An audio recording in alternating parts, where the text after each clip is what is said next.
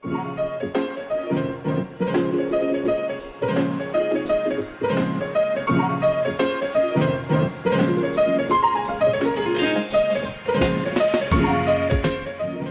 to Magic the Flavouring, the Magic the Gathering podcast, where we talk about all things Magic, flavour design and lore.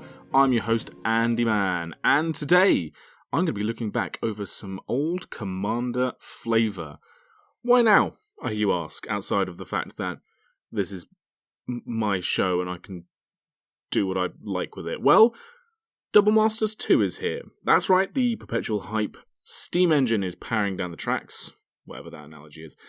And we now have Double Masters 2, which doesn't seem like it should be linked to Commander in any real sense. I mean, don't we have Commander Legends, Battle of Baldur's Gate, and subsequent Commander decks to worry about? Yes, we do, but there's something about Double Masters as a product that I really enjoy from a flavour perspective and from someone who predominantly plays Commander. We do have, obviously, products that are more suited to Commander and are targeted directly at Commander, and some would say that even standard sets are becoming more Commander-centric these days. And Double Masters, being a Masters set, doesn't seem like the place where you would maybe have to focus in on that exact one format. But the last Double Masters that we had, I almost said Commander Masters then, the last Double Masters set that we had, gave us a really nice spin on some old Magic the Gathering classics, not just Commander staples, but from across the board. And, you know, some of them received new arts in the form of the box toppers, and some of them received new flavour, and there was speculation going around. I think it was, Mox Opal was one where the sort of hands were slightly different in one of the artworks, and that gave rise to, and it mentioned about Elish Norn, or Elspeth could be, Elish Norn or Gliss of the Traitor could be holding the Mox Opal, and there was like a lot of really nice stuff in there, and things that I think Magic has wanted to do and has wanted to try out and maybe get some new artworks out for, but hasn't found a real place for them in any other set. I'm not going to talk about Double Masters 2 in terms of specific cards that were in there, because the previews are still happening, and depending on whether you keep up with the preview season or whether this is something that you look at on a daily basis, or if there are cards that I might talk about that you didn't know existed, and rah. I'm not here for that. So, suffice to say, there are some very exciting reprints coming in Double Masters 2. And some of those reprints include old Commander cards. And by old Commander cards, I mean Commander creatures that were found specifically in the Commander products pre-Commander 2020, or pre-sort of set Commanders. And this is why I like talking about Double Masters, and why I'm sort of excited for Double Masters 2 as well.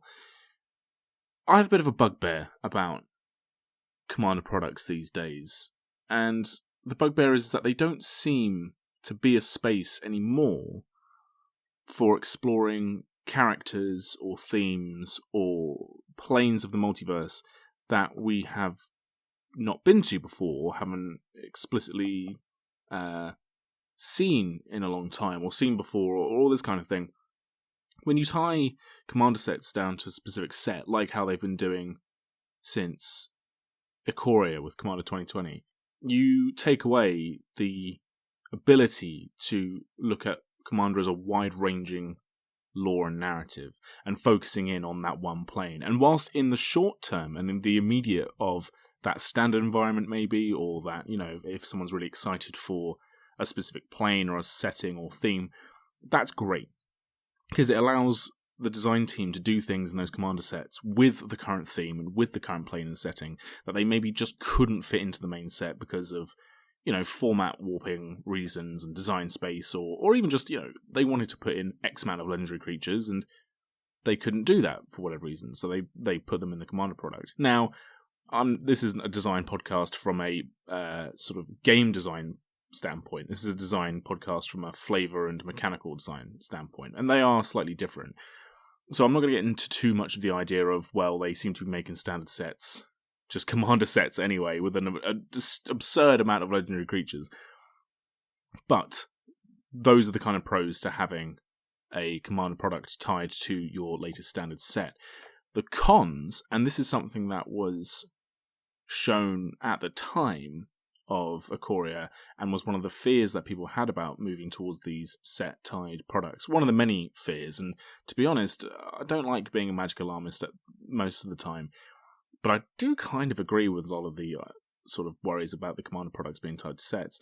One of the big worries was, well, the scope of what you're able to achieve within a yearly cycle with your themes and flavour from a game that's fundamental or is based in a multiverse is radically changed and reduced in a massive way. And so I have seen this happen over the past year specifically. And the reason the past year has really got my goat, more on goats later, is because we've had Commander Legends 2 Battle for Baldur's Gate. Now, I'm not going to keep on harping on about D&D and Magic, because as I've said in previous shows, I like that they're doing it. I would never take it away. It's maybe just not for me. And that is still true. The thorn in my side about it, and I think I said this when we heard that this was going to be the second Commander Legends set, was that one of the big spaces that we had in recent memory for exploring some excellent creature design, both old and new. You get characters that people wanted to see finally got cards if they're in flavor text, old characters coming back, brand new characters that had implications on other story bits and bobs from across the Magic timeline and multiverse. That product was Commander Legends. And aside from it coming out as a drafting format in a world environment, a real world environment where people weren't allowed to be in the same room as each other, that's what kept that product so sweet. And I think really put another pillar underneath Commander as being the social multiplayer format that survived and indeed grew in a global pandemic.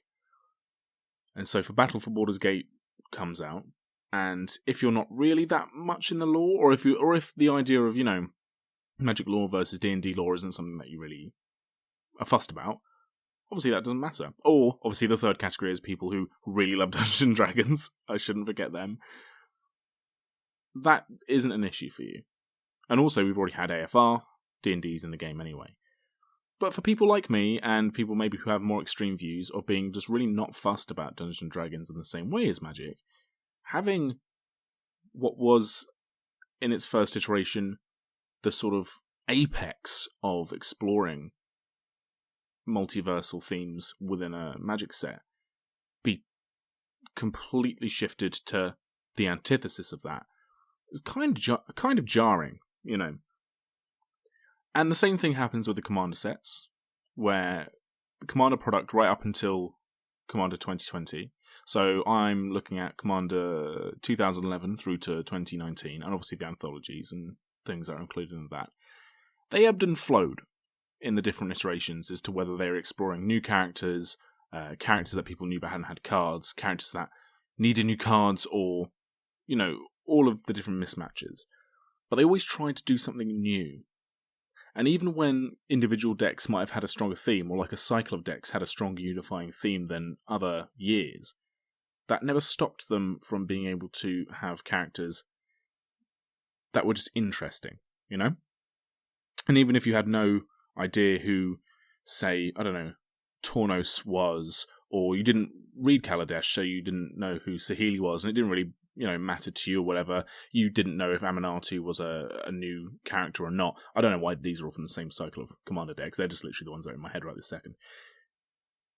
Then it didn't matter to you. But to the people who it did matter for, it really elevated the product, to more than just being a format, specific product. It made it something that was really special on different levels. And this brings me all the way back to why I'm doing this episode. So today we're going to be talking about commanders from the different Commander products from 2011 to 2019 of cards that I hope to see in future Masters sets, maybe even future Commander Legends sets if they go back to what we're doing, maybe even in mainline sets where I would like to see their lore expanded in some way. These really interesting characters that we have yet to see again, or have yet to have lore made for them, or came into the Commander products without having lore. I want to see these characters fleshed out. And I'm going to go through why they're interesting to me, and why I think they should get more lore, and what implications that could mean if they were to be brought into the mainline story, or indeed if they were to get new artwork or something, or even a whole new card with new mechanics that would just give us a new spin on this character. How many Thalia, Niv-Mizzet, and Odric cards do we have? Let's get a few of these creatures in. Now, I've got a few ground rules for my own little game here. Firstly, I am only focusing on the Commander products from 2011 through to Commander 2019, so that's none of the set-tied Commander products, and none of the sort of future products that we know have certain creatures in them. And by that I mean like the Warhammer 40k Commander decks, we know what one of the commanders is. Obviously not going to be that. I'm also not doing Planeswalkers, which takes out two whole cycles of the Commander product, right? So I think it was, if I just have a little look here, we had Commander 2014 and Commander 2019 were both the Planeswalker decks, right? No. Sorry. Commander 18 was the Planeswalker decks. Now, that's not to say I won't have creatures in here from those decks, because, of course, it's not just the face commanders that were the new legendary creatures in any given cycle.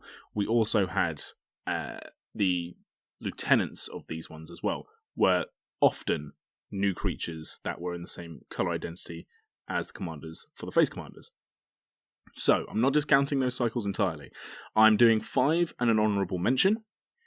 So, mathematically, that means I won't be able to get through all of the products in my sort of like little window, and in fact, the honourable mention is in the same product as one of the mainline ones. So, apologies, but this is just for me. This is just for me to have a little look. So, without further ado, I'm going to crack on. My honourable mention for a creature from a Commander product that I would love to see more lore for is Broodaclad. Now, Broodaclad, Telcore Engineer, was from Commander 2018, which, again, as those was the newest version of the Planeswalker as Commander cycle. It was from the Saheeli Rai deck. I don't know what the names of all the different decks. I should have looked it up. I'm sorry. It was from the Saheeli Rai face card deck. And Broodaclad is interesting on this list because this is actually a creature that we do have a fair bit of lore for. Now, all of the commanders, well, to varying degrees, they changed over time. Most of the products came with a little insert that told you, like, the lore of who that creature was, like in about 2 paragraphs, which is fine and appreciated to a point. But considering that some of the creatures obviously had far more expensive lore that we already knew, Saheeli Rai, for example, the face card for the Broodaclad Telcore Engineer precon, is a Planeswalker character that's appeared in a mainline set, and in fact has had now 3 different printings. I used to run a Broodaclad deck. It was incredible, and I had all the Saheeli Rais up until that point in there. Yeah, I think it's 3.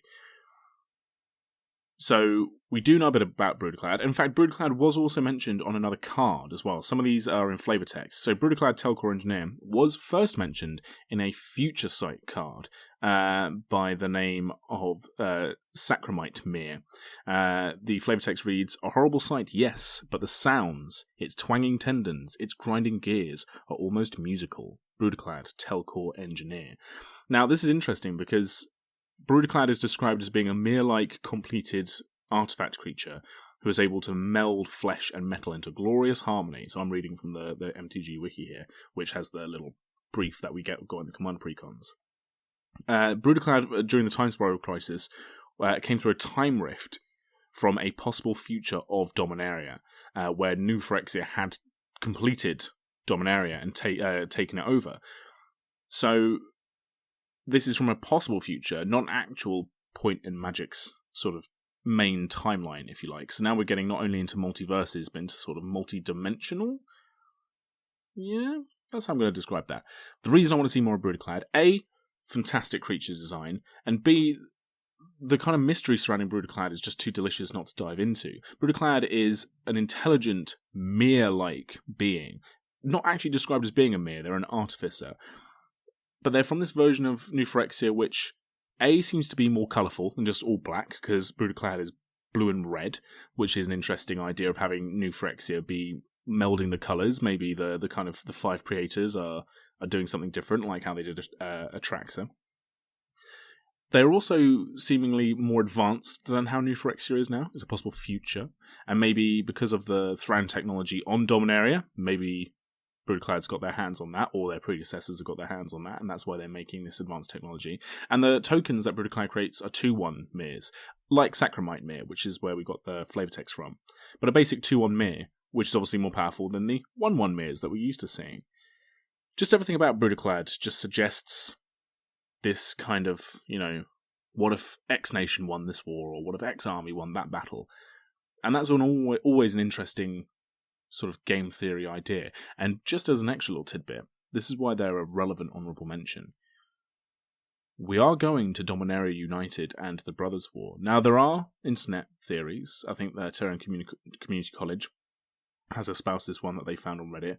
The idea that Dominaria United is actually going to be a setup for being Dominaria completed. So the Phyrexians are going to win the war on Dominaria, and that the Brothers' War is going to be some kind of timey-wimey thing where Khan goes back in time to fix something in the Brothers' War to kind of cut the Phyrexians off at the pass. I don't necessarily know if that's what they're going to be doing, but the idea that Time Spiral Crisis and Future Sight, these weren't things that are like kind of what-ifs. They were possible futures. So some of them have come to pass, or some of them will come to pass. So if an idea of we see a Phyrexianized Dominaria is an exciting prospect, and that is something that could happen in the realms of possibility, having Broodclad or others like them be involved in the new Phyrexian war is a really delicious concept. So I'm just going to drop that there. Also, as I said, I used to run a Broodclad deck. It was an absolute beast. I had to take it apart because it came to the point where, like, I don't play CEDH, but the ramping out where I was suddenly like, turn 6ing 15 token copies of a Blightsteel Colossus. Yeah, okay, cool. Anyway, moving on to the actual top 5. First one we're going to start with is Oloro, Ageless Ascetic. That is how you say that word. I looked it up on Google. From Commander 2013. Oloro is... Oloro is 3 white, blue, black, legendary creature, giant soldier, 4/5. At the beginning of your upkeep, you gain 2 life. Whenever you gain life, you may pay 1. If you do, draw a card, and each opponent loses 1 life. At the beginning of your upkeep, if Oloro, Ageless Ascetic, is in the command zone, you gain 2 life. Now, this is from a gameplay standpoint, an absolute monster of a commander, and was one of the boogeymen of the format. 2013 was the second sort of cycle of commander decks, because it went the Commander 2011, 2012 was it another anthology? It was the Commander's Arsenal, so that was 18 cards, which were kind of like a Commander stable format, and then Commander 13 was the second sort of run of decks. So this is a really old school made for Commander card, and was definitely one of those ones where people were like, "Oh, you're an Oloro player." Even nowadays, people still get it because that ability of doing something from the command zone, whilst being excellent design space, is something that they did again in the tribal decks in 2017, and the Eminence ability, which people hate. Even the less egregious ones, people are like, okay, so you're doing something from a zone that we can't interact with. Fun, I guess. Anyway, we know vanishingly little about Oloro. So Oloro is from an unknown plane, for a start. They're a giant soldier. Being a soldier kind of suggests that they are part of some sort of organization, or at least were. At least that's what I take from it. Oloro, as their ability suggests, is able to manipulate the forces of life and death. They seemingly have, on their given plane, the secret to everlasting life, and they reside themselves on a mist-covered island, where they jealously guard that secret, whatever that may be. Thieves and mystics are said to come after Oloro, and so he has to fend them off, because they're trying to steal his secrets. And he's always on the hunt for new knowledge and gaining more power through that knowledge. And you can see from the artwork as well that Oloro is just humongous, even in giant terms. The kind of throne that they're sat on with the water cascading down the sides, it's like they're waterfalls. Do you know what I mean? This isn't like a small water feature. This is like a giant waterfalls cascading over these seats. And they're sat next to trees that barely come over the top of his shoulders when he sat down. Like, this is a behemoth of a giant, even in giant creature terms. Eric Deschamps is the artist for it. It's a great piece. There are other things about Aloro's that I'm really interested in as well. First, like, the armor that Allura is wearing is very sort of sleek and sophisticated, which you see giants in armor that's like fashioned armor, like, in different planes, like Ravnica, for example. You get giants in the Boros Legion, which are obviously wearing special plate armor for them. But Allura doesn't seem to be part, even though he's a soldier, and I said that could suggest that he was part of an organization. Certainly not something he is in now. So where is this armor from? Who gave it to him? Why is he wearing it? He looks regal on his throne. There's an air of intellect about him that you just don't see with other giant creatures from across the multiverse. Everything about Allura just does not scream giant. He's the only Esper giant as well. There are no other giant creatures in Magic with that colour combination. And there's no red, there's no green. It's the most ungianty thing I think I could think of. If I was to make the least gianty giant in Magic the Gathering, it would be Allura. Now, his secrets to eternal life that he's kind of jealously guarding, and seemingly using as well, because he has the whole kind of life tax thing going on. That is a big sort of MacGuffin hook, right, for a storyline. We see it on other planes as well, that there's like this kind of chasing of eternal life. You have characters like Joda, for example, and like on Dominaria, there's like a font of eternal youth analog and all that kind of thing, like Time Water as well. So this kind of sort of endless aging, endless life, never aging idea is something that obviously a lot of planes have in Magic. I just sort of feel like this idea that there's this one stalwart defender of this secret, be it for their own ends or not, is something that's just really delicious, narratively speaking. And, any number of villains could try to grab that. Imagine if the Phyrexians tried to conquer this tiny little plane. I'm assuming it's tiny. I always think if there's like a small island on a plane, that the plane itself is kind of tiny. I don't know why that's ridiculous. But if the Phyrexians tried to come to Allura's plane and come to his island to try and get the secrets to eternal life, like even just a little dip like that in a side story where just Allura pops up as being this kind of guardian of whatever these secrets are, I think would be very interesting. Anyway, that's Allura. It's not a character that I ever really sort of thought about until I kind of reread these commander cards, and I thought, wow, there's just a lot going on there. Esper is a very interesting colour combination, and so to see a giant soldier in those colours is just enough of a thing where we need a new card, we need a storyline, we need something more from Allura. Alright, next one up is Arjun, the Shifting Flame from Commander 2015. Commander 2015 was the enemy coloured decks, which had experience counters. I have a lot of experience, pardon the double uses of the word there, with Commander 2015. So I started playing Commander as a format, really getting into it at around the time that the tribal decks were about to come out. Not when they came out, but kind of in between. I'd missed the boat on getting the 2016 four color partner commanders. So obviously those flew off the shelves because that's insane, like that as a mechanic, and some of those cards really, even then, were like really pricey. So I think I came into playing Commander as a format sort of in between the 2016-2017 Commander products being released.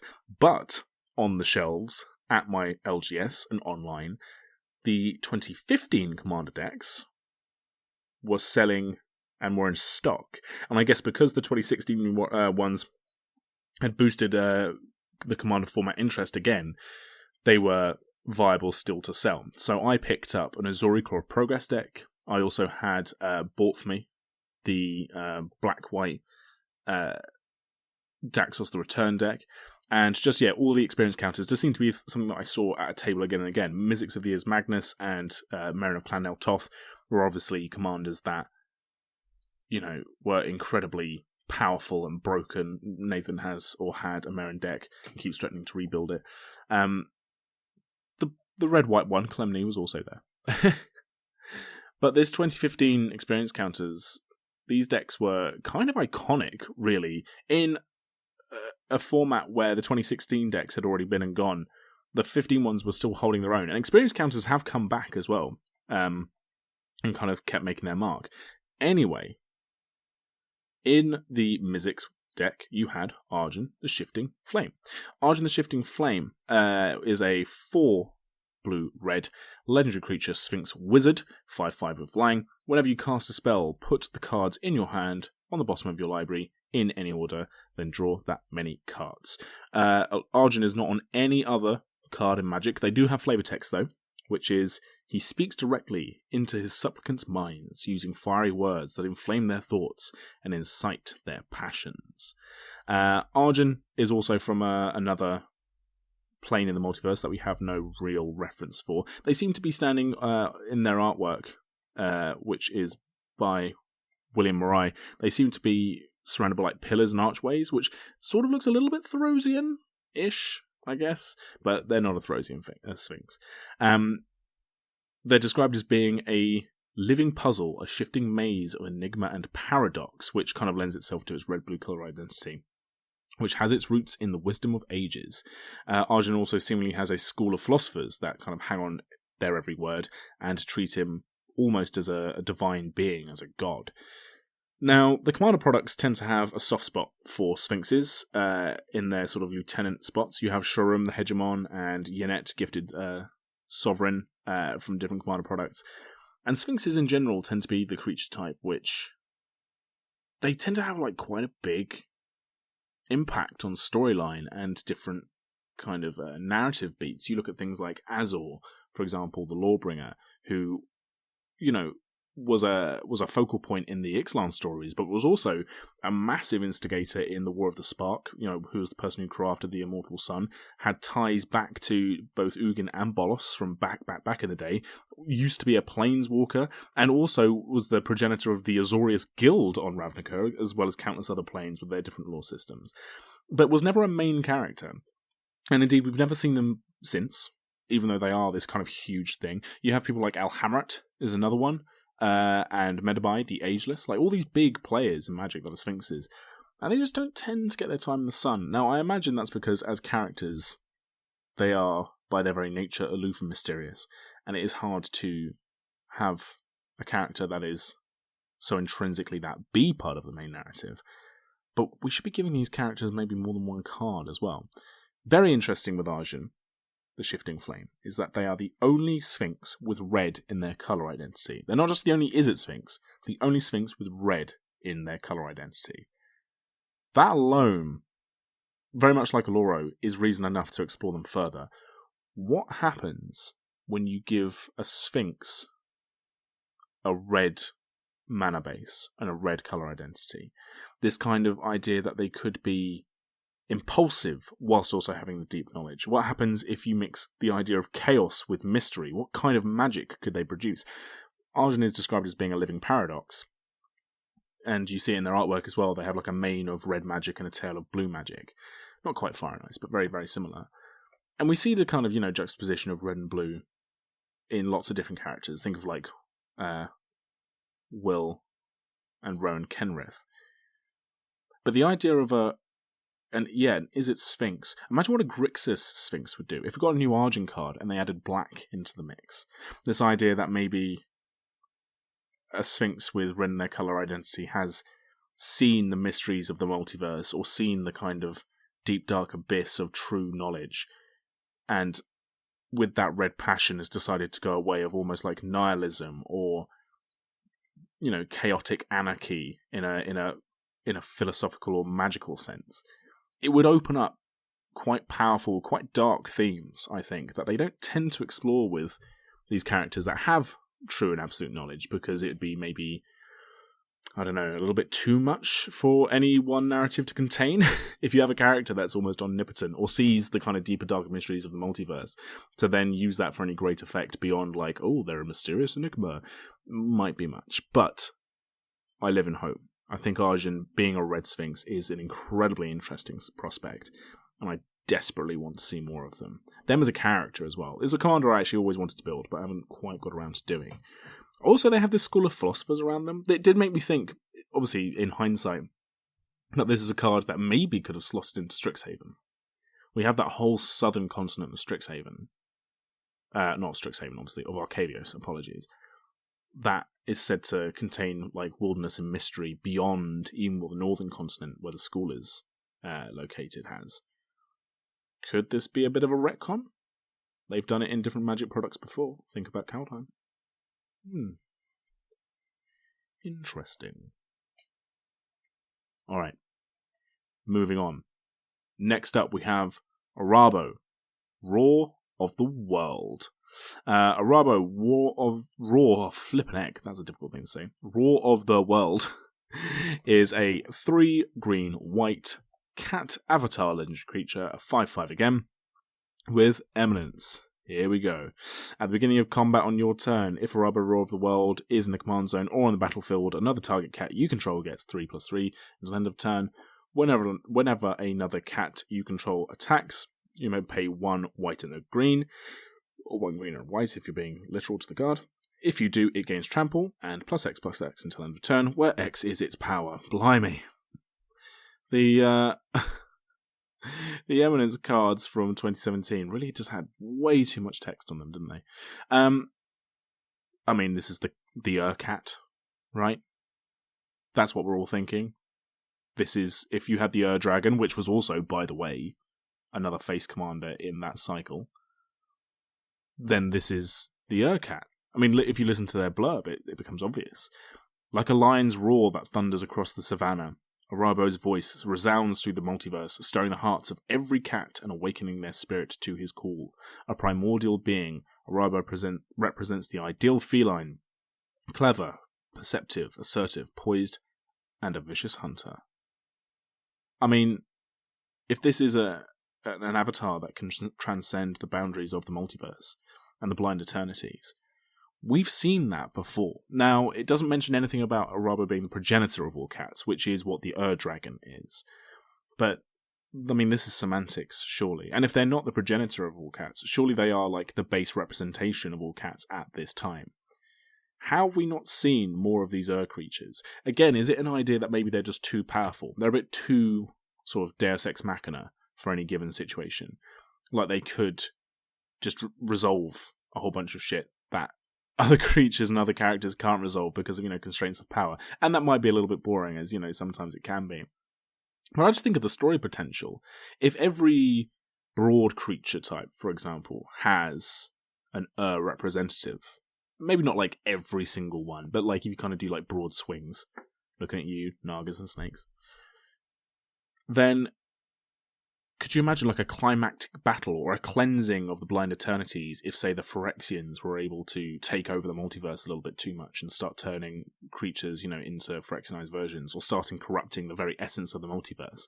Or could you imagine like an army or a gathering of all creatures to try and purge and purify with the help of maybe the Eldrazi? Maybe a war between the Eldrazi and the creatures. I don't know, I'm just spitballing, but it is interesting that you introduce these characters that are so clearly meant to be one idea, or have the potential to be that idea at least, and then you give them almost nothing else. Now, Arabo apparently does live on one plane, because it's said to make its home in snowy peaks of the mountains on its world, and there are other cats that are on that plane as well, because Arabo is said to tolerate their presence, as opposed to, like, they are an aloof, solitary creature. So maybe they're not as all-encompassing as the Dragon. If you look at like the Dragon's art from that Commander cycle, they are, exponentially bigger than the other dragons, because the dragons are used as birds of scale in that picture.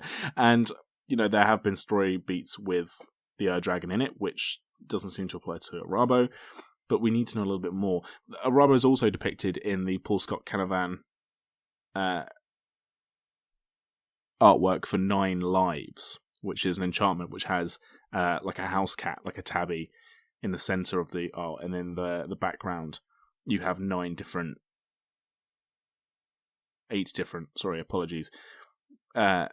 cats from across Magic as sort of the kind of disembodied heads. I think like the Lion King with Simba and Mufasa. And Arabo is one of them. So maybe they are a bit more tangible than being an but they're a cat avatar. People love cats. There was also another printing of Rabo in things like the very first Secret Lair. It was part of the first Secret Lair, like Super Drop in the Kitties Secret Lair. There was an Rabo card, but obviously Secret Lair is not really like canon. We got Edgar without Eminence in Crimson Vow. Pretty nerfed Edgar card, Edgar Markov, who was another face commander from that cycle. We can surely get another Arabo card. Arabo? I don't know. Said it too many times now. Moving on. This one's interesting because I remember exactly how I felt when I saw this commander. This is Kestia. Kestia, the Cultivator from Commander 2019. So again, we're back to the Planeswalker precons. This is from the Bant precon. Kestia is from Theros and is a nymph. So Kestia the Cultivator, is a legendary enchantment creature nymph, 4/4, for 1 green, white, and blue. It has Bestow, 3 green, white, blue, and has enchanted creature gets +4/+4 when an enchanted creature or enchanted creature you control attacks, draw a card. The artwork is by Zenzu Chen, and I remember when I saw this artwork, when they released the images for the cards, which is something they were doing at the time, before, as in the card art, before the actual cards themselves, to kind of drum up expectation and speculation as to what the different products could be. People were very quick to say, this will be in the Bant deck, because we knew what the colours were going to be.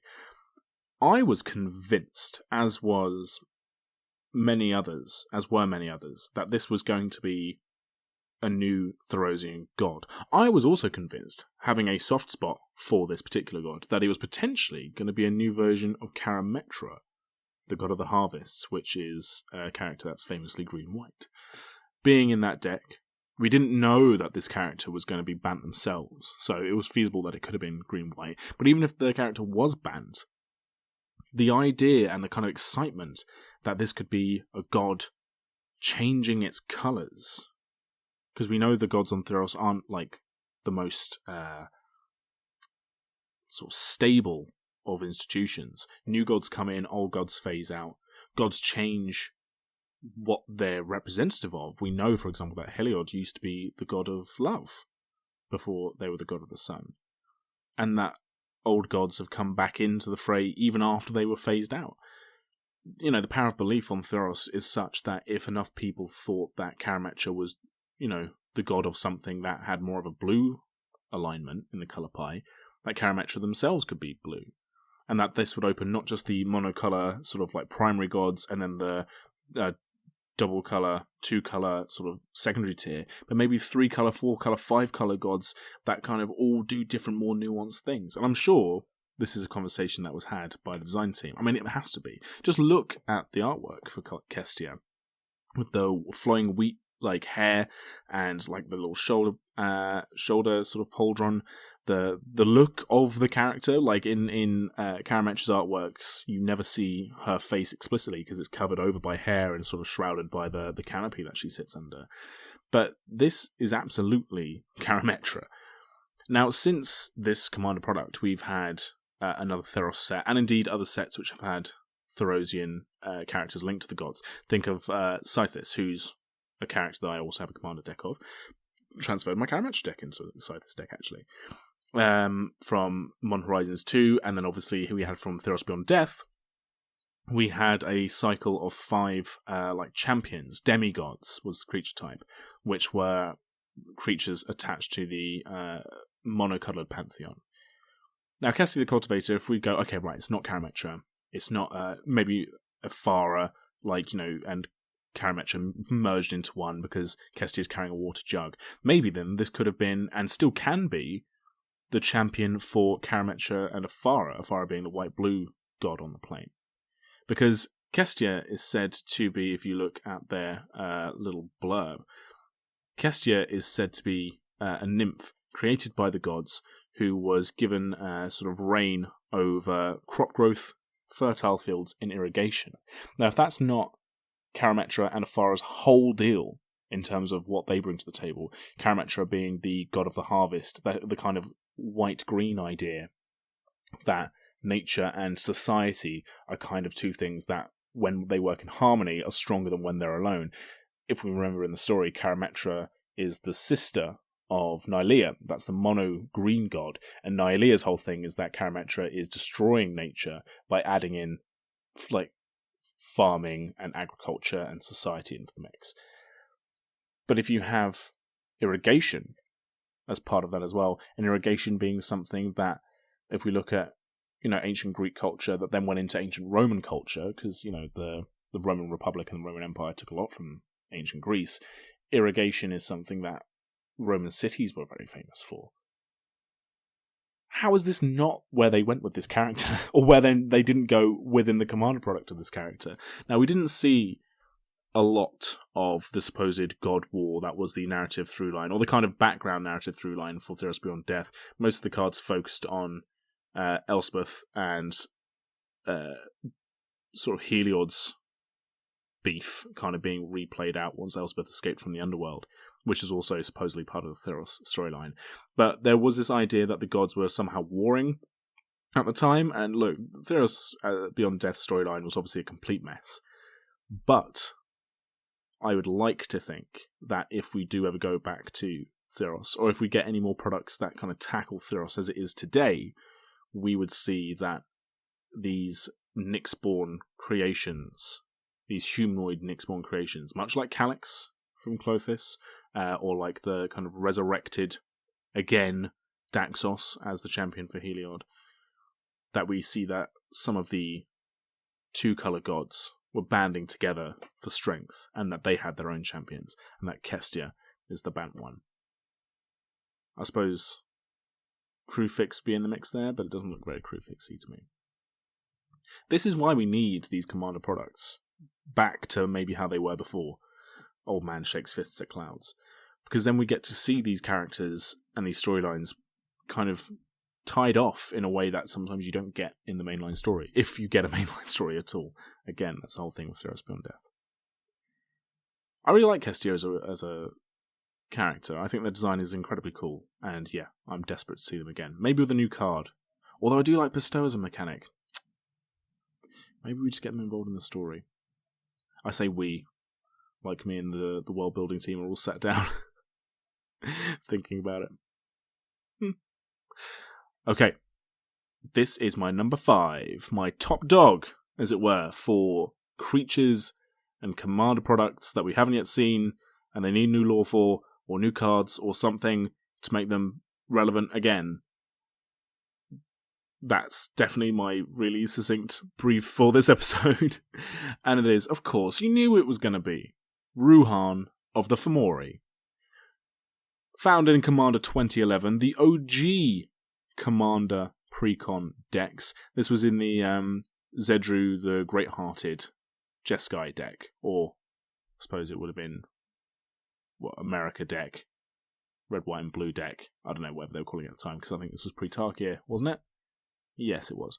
Ruhan of the Fomori is clearly one of my favourite commander cards, and one of my favourite characters as well. I built this deck twice. This was my first ever deck that I built from scratch. So I had the Daxos Precon and the Azuri Precon that obviously, I took them and I made them my own. Luckily enough, Nathan, who was the person who, A, got me into Magic in the first place, but B, helped me pivot into Commander because it was something that he was getting into.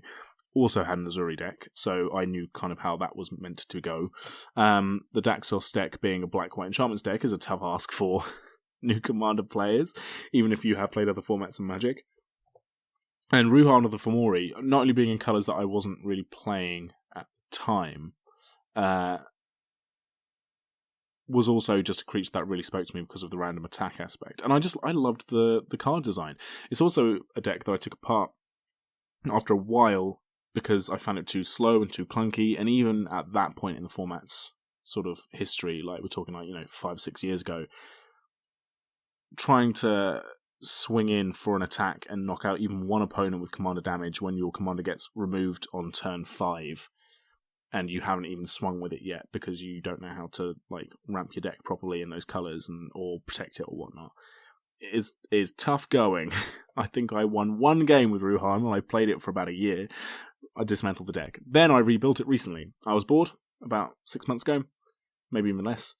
And I thought, I have essentially a Ruhan deck in my bits box, and I've got a whole bunch of new cards from later sets, or just cards that I've splashed out on that should go in a Ruhan deck. And I'm a better deck builder and player nowadays. Ruhan's coming back, baby, and I love it. There's just something so evocative about everything about this card. So, Ruhan of the Fomori, I haven't even read it yet. Let me read it. Then you'll see. Ruhan of the Fomori is a 1 red, white, blue giant warrior legendary creature. 7/7. At the beginning of combat on your turn, choose an opponent at random. Ruhan of the Fomori attacks that player this combat, if able.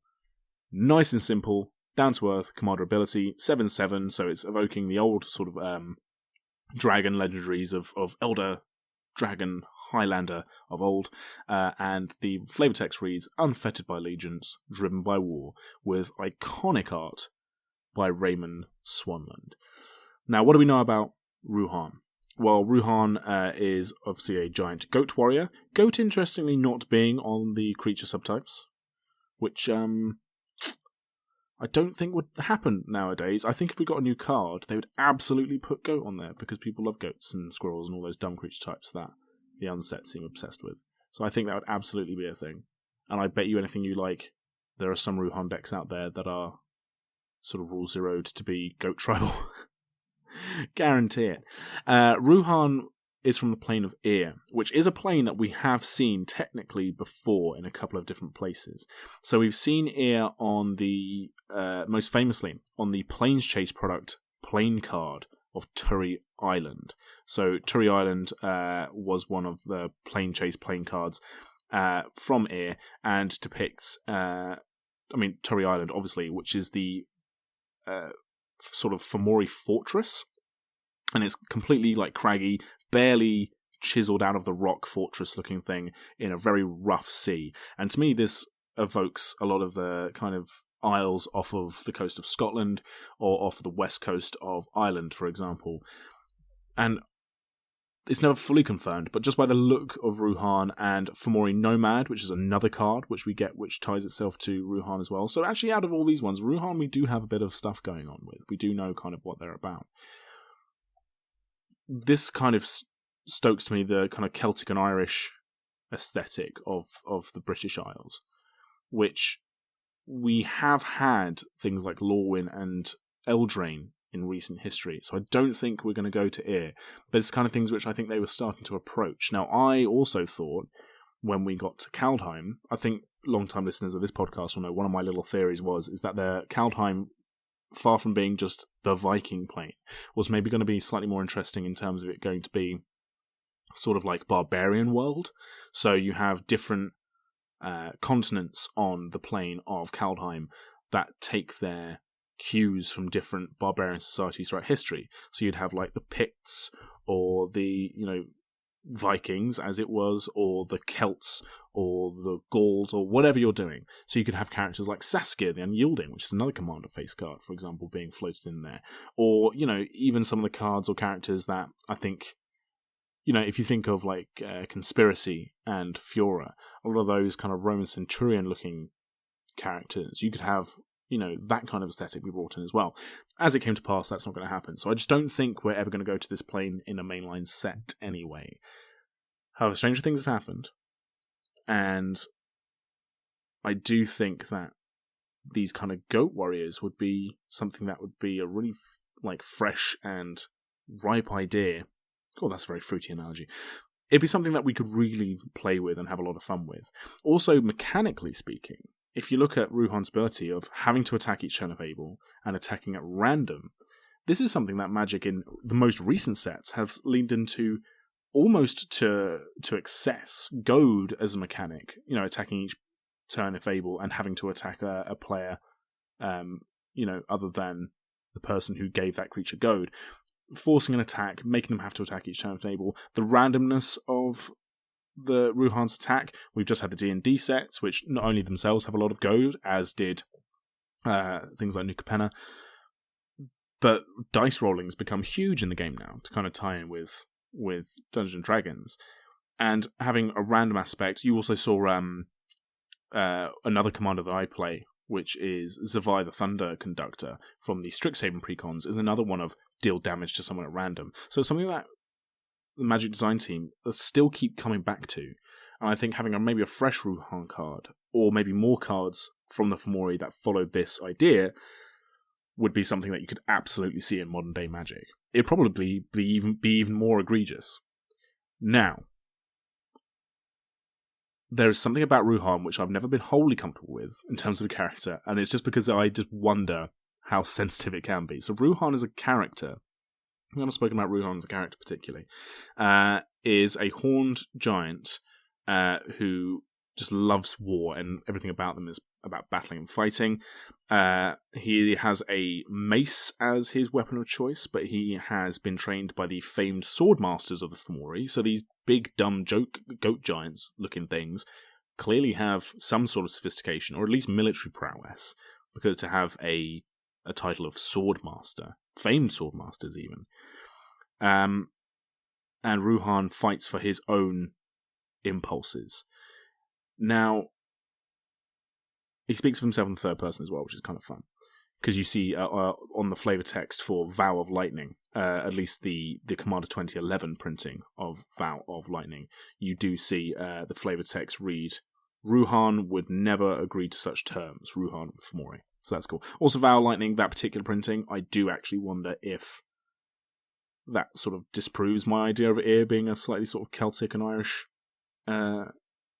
looking plane, because if that flavor text on that card and that artwork by Svetlin Velinov is also depictive of Ear, maybe it's just Turi Island that kind of follows that aesthetic. Anyway, I digress.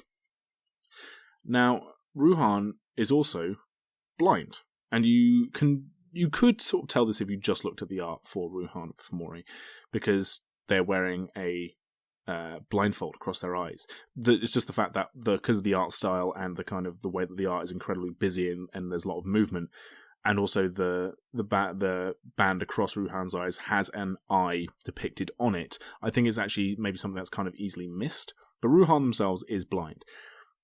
Is the blindness represented by the fact that Ruhan attacks randomly, or is the attacking randomly thing because Ruhan is really thirsty for war and battle? It's always something I've been slightly uneasy about, just because I don't know how much I love the idea of using